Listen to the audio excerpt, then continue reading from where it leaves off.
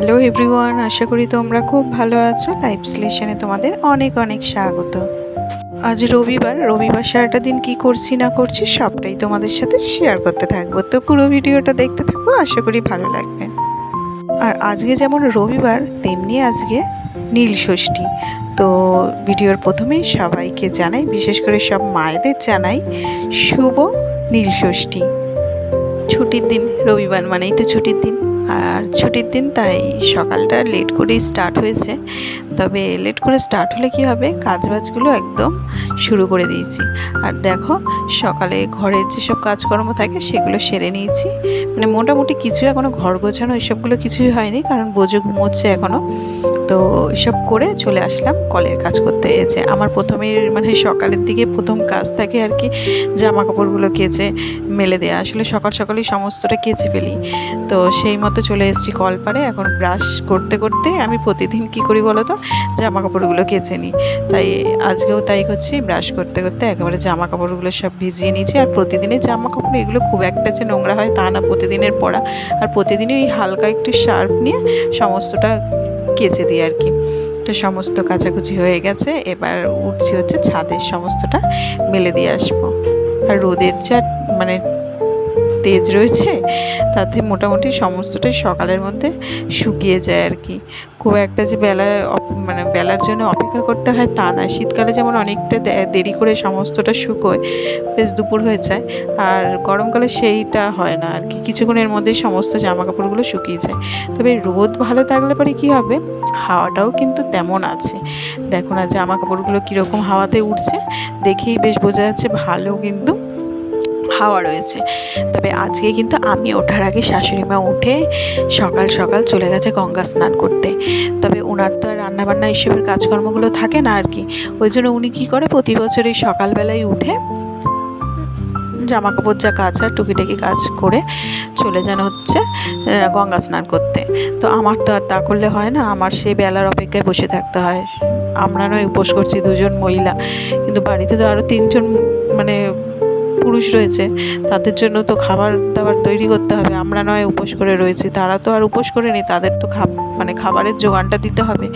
আর রান্নাবান্না তো আমার ডেলিকার, ওটা থেকে আর বিরতি পাওয়া যায় না আর কি। তো সে উপোস করি আর যাই করি, তো সেই মতো রান্না বান্না সেরে সমস্তটা করে তারপরে হচ্ছে গঙ্গা স্নান করতে যাব। তো ওদিকে শাশুড়ি মাকে শ্বশুরমশাই নিয়ে গেছেন গঙ্গা স্নান করতে। আর আমি প্রতি বছর পাশের বাড়ির এক দিদির সাথে যাই গঙ্গা স্নান করতে। এবছর সেই দিদি আর যাবে না, তাই জন্য মনোজকে বলেছি যে আমাকে নিয়ে যেতে। তাই একটু তাড়াতাড়ি কাজকর্মগুলো গুছিয়ে নেবো। জানো তো, খুব একটা যে দুপুর হয়ে গেলে পরে কী হয়, মানে গঙ্গার ঘাটেও যেমন ভিড় হয় তেমনি মন্দিরেও লাইন পড়ে, ভিড় হয়। আসলে সবাই তো চায়, সবারই ধরো ঘরের কাজ থাকে আর রান্নাবান্না থাকে।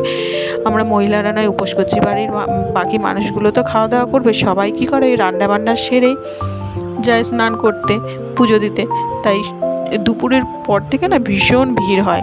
তাই জন্য আমি চেষ্টা করব 11টা সাড়ে 11টার মধ্যে রান্নাটা কমপ্লিট করতে। রান্নাবান্না করে নিলে পরে মোটামুটি কাজ কমপ্লিট, কারণ রান্না করার আগে ঘরের কাজকর্ম তো সব করে ফেলি। ঘরের কাজকর্ম সেইভাবে কিছু থাকে না। তো রান্নাবান্না করে মনোজকে বলেছি একটু তাড়াতাড়ি দোকানের কাজকর্মগুলো গুছিয়ে নিতে। তারপরে ওকে নিয়ে যাব হচ্ছে, মানে ও আসলে আমাকে নিয়ে যাবে হচ্ছে গঙ্গা স্নান করতে। দিয়ে আমি কি করি বলো তো, গঙ্গা স্নান করে একেবারে ওখান থেকে কোনো মন্দিরে ব্রাহ্মণ থাকে, সেই মন্দিরে একেবারে পুজো দিয়ে চলে আসি। আর ওই পথে না অনেকগুলো শিব মন্দির পড়ে, যে কোনো একটা মন্দিরে তো ব্রাহ্মণ থাকবেই, কোনো না কোনো মন্দিরে। সব মন্দিরে না থাকলেও কোনো না কোনো মন্দিরে ব্রাহ্মণ পেয়েই যাই। তো ওখান থেকে একেবারে পুজো দিয়ে চলে আসবো। তবে প্রতি বছর যে গঙ্গা ঘাটে, মানে গঙ্গার যে ঘাটে স্নান করতে যাই, এবছর আর মানে ওই ঘাটে যাব না, একদম জল থাকে না ওই ঘাটে, আর নোংরা, তাই জন্য আর ওই ঘাটে আর যাব না। ওই ঘাটেও শিব মন্দির আছে। তো এখন মানে আজকে আর আসলে অন্য একটা ঘাটে যাব স্নান করতে। তো ওখানে সবসময় জল বেশ ভালোই পাওয়া যায়, আর মন্দিরও আছে, খুব একটা অসুবিধা হবে না।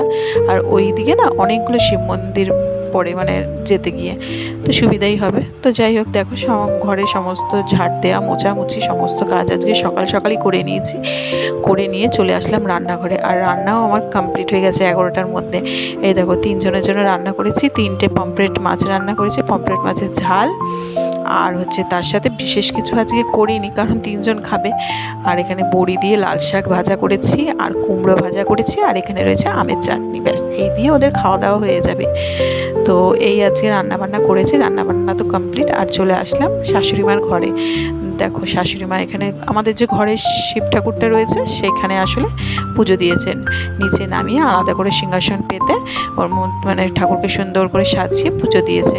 আর এখানে আমার সমস্ত পুজোর ডালা সাজিয়ে রাখা রয়েছে, মানে শাশুড়ি মাই পুজো দিয়েছে, দিয়ে আমারটা এই বাটির মধ্যে সব তুলে রেখে দিয়েছে একেবারে।